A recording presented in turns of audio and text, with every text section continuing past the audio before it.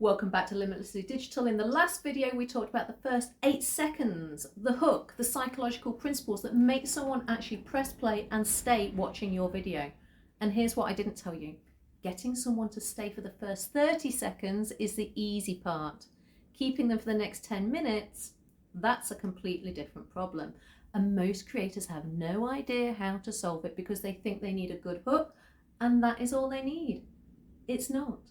The hook gets people in the door, but there's a second drop-off point that almost nobody talks about. It happens somewhere between the 2-minute and the 4-minute mark, and it's where the majority of viewers who survived your hook will quietly just close the tab. Today I'm going to show you exactly why that happens and the 6 techniques that stop it. These are the same tools that the highest retention creators on YouTube use, and almost none of them require better production, better equipment, or more editing time. So let me show you. If you've ever looked at your YouTube analytics retention graph, and if you haven't, please do, it will change how you make videos, you'll notice something almost universal. There are 2 dip points. The first is in those opening seconds. That's the hook problem we covered in the last video. But the second dip happens later, usually somewhere between 90 seconds and 4 minutes in. It's smaller than the first, but it's significant.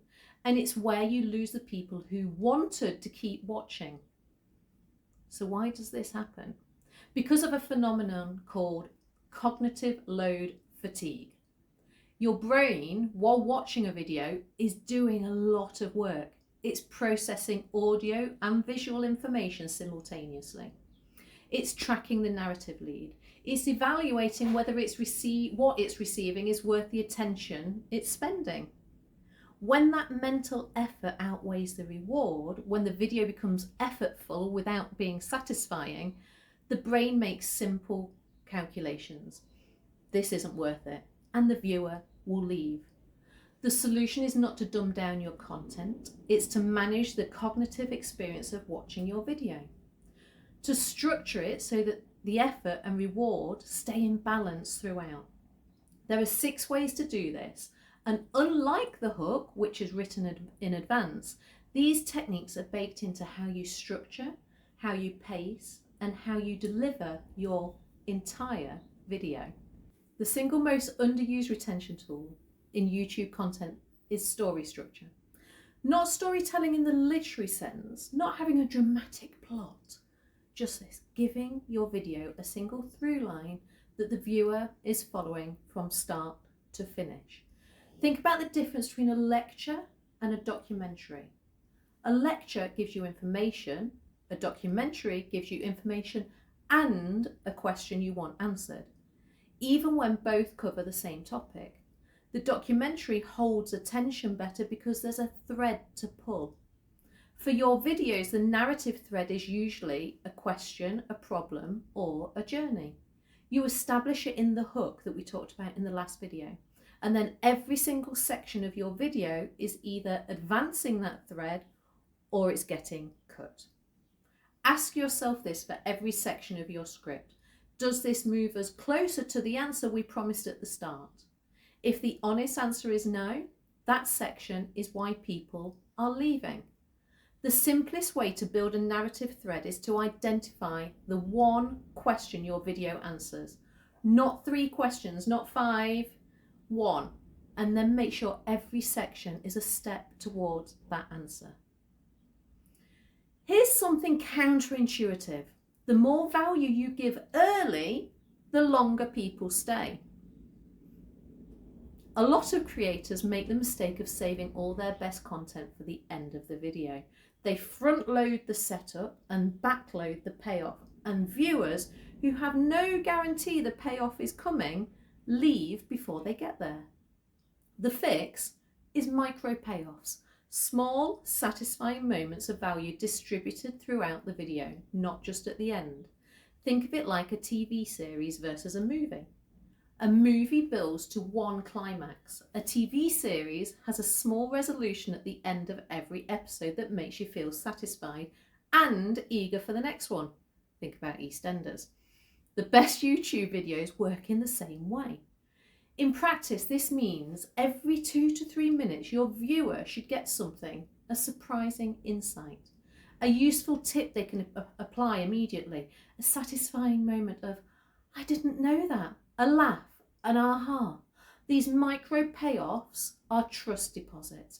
Each one tells the viewer staying was worth it, and a viewer who trusts that staying is worth it keeps staying. Even engaged viewers drift. Their phone buzzes, a thought crosses their mind, they zone out for 10 seconds and lose the thread. And when that happens, most of them don't rewind, they'll leave. Re-engagement triggers are moments deliberately placed in your video to pull drifting viewers back in. They're pattern interrupts, but mid-video. The most common effective ones are a direct question to the viewer. Have you ever noticed this? Would be one. A surprising statement that snaps their attention. And here's where it gets interesting. A change of energy, tone, or visual pace. A callback to something mentioned earlier, or a preview of what's coming next. Now the next part is the one that I get most questions asked about. The key is placement. You want a re-engagement trigger approximately every 90 seconds to 2 minutes. Not because your audience has a short attention span, but because attention naturally fluctuates and you want to be there to catch it when it dips. Think of them like mile markers on a long run. They don't make the run shorter, but they make it feel more manageable. So the next one is promise. This one is simple and it works almost every time. At regular intervals throughout your video, remind your viewer of what's still coming. Not a full recap, just a quick look ahead.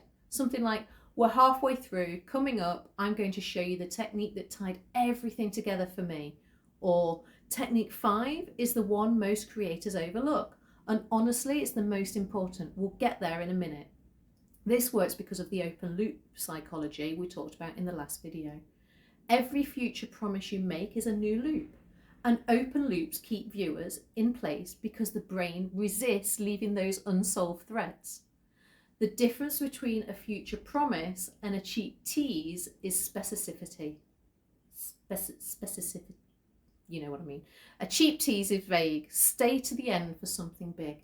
A future promise is specific. In about 3 minutes, I'll show you the exact script template I use for every hook I write. Specific promises are credible.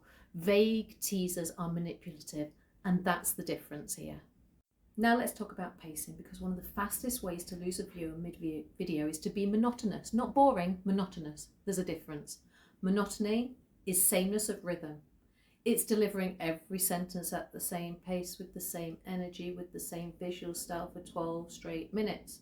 Even if the content is excellent, the brain starts to filter it out the same way it filters out background noise that doesn't change. Did you see what I did there? Pacing variation is the antidote. It's the deliberate content between fast and slow, dense and light, serious and playful, close and wide. In your delivery, vary your sentence length. Short sentences hit hard, longer ones give space to breathe and let an idea unfold. Pause more, think. Silence is not dead air, it's emphasis. In your content, alternate between conceptual sections where you're explaining the idea and practical sections where you're showing how to use it. The switch in mode gives our brains a reset and signals something different is happening now, let's pay attention. And in your editing, a change of shot, a cut to B-roll, a graphic appearing on the screen, any visual resets will alter the attention clock of the viewer. You need variation. And techniques number 6, the viewer as a protagonist. This one is the most psychological and, in my opinion, could be the most powerful. Most creators make videos about themselves, their experiences, their results, their opinions, and that's fine. And there's a subtle shift in framing that changes everything. The highest retention creators don't make videos about themselves. They make videos where the viewer, you guys, are the main characters. What does that mean in practice? It means every insight you share is framed through the lens of what it means for the viewer. Not I discovered this technique and it's changed my channel, but If you've ever struggled with retention, here's what's actually going on, and here's the moment it clicked for me, which I think will click for you too. It means using you, the word you, more than the word I. It means referencing your viewer's specific reality, their frustrations, their goals, their context. It means making them feel that this video was made specifically for them and not broadcast for everybody. Psychologically, this triggers what's called parasocial engagement. The feeling that you and the creator have a real relationship and people don't leave conversations with people they feel connected to. The simplest version of this technique is to ask yourself after every paragraph of your script, who is the subject of this sentence? If the answer is me or my channel more than twice in a row, rewrite it so the subject is you or your viewer. Okay, we've got 6 techniques. Let's now have a practical framework for applying all of them, what I call the retention audit. Before you publish any video, ask these 6 questions. Go through your video with these in mind. Question number 1, what is the single narrative thread of this video, and is every section advancing it? If you can't answer what the thread is in one sentence, your video doesn't have one. Start again. Question number 2, where are the micro-payoffs? Mark them. If there's more than 3 minutes between any two, add another one in. Number 3, where are my re-engagement triggers? If you go more than 90 seconds without a question, a shift in energy or a forward tease, add one in. Number 4, have I made future promises throughout the video, not just in the hook? If all the teasers are at the front end and nothing is being promised mid-video, add future promises at the 2-minute and the 5-minute marks. Number 5, does this video have pacing variation? Listen to it on audio. Does the rhythm change or does it feel long and monotonous? If it's flat, look for places to vary sentence length. Add a pause, add a visual. And number 6, who is the subject of my sentences? Is it me or is it you? If it's mainly me, you need to make a change. This audit takes about 20 minutes per video, and I promise you the videos, when you go through this process, will outperform the ones where you haven't gone and asked those questions. At the start of this video, I said that getting someone to stay for the first 30 seconds is the easy part. The hook brings them in the door, but keeping them to watch the full video, that's where most creators fall short. Now you have both halves of the equation. The hook, in the previous video explained, the hook gets them in. The narrative thread, the micro-payoffs, the re-engagement triggers, the future promises, the pacing variation, and making your viewer the protagonist, that's what keeps them watching your video. This video and the previous one together are basically everything I wish someone had told me in the first year that I was making video content. So if they were useful, share them with another creator who needs to hear it. That's genuinely the highest compliment that you can give a video like this. And remember, do your part, leave a heart, leave a comment below too. I'll see you in the next video. Bye.